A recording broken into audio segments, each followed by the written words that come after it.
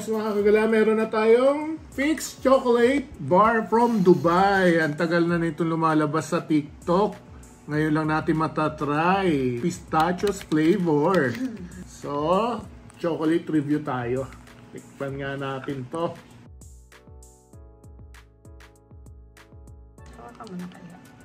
Ooh! Look at that. Ngayon natin malalaman kung gaano kasarap itong mahal na chocolate. Tikman natin.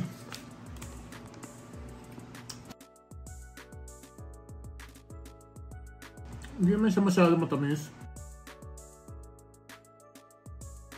Parang ordinary chocolate na merong crunchy. Sarap naman. Pero yung presyo niya, masyado mahal to sa malutong nga.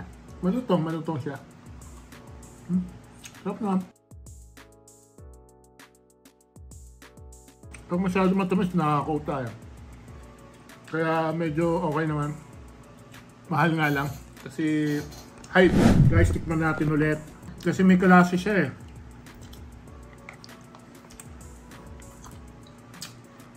Lasa ano nga, may hawig siya sa yung lasa yung Ferrero. May lasa siyang halos ka-Ferrero yung lasa.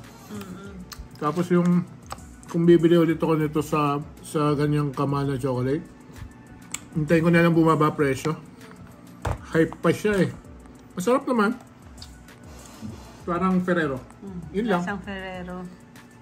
So, yun lang. Sarap. Okay naman. Peace out.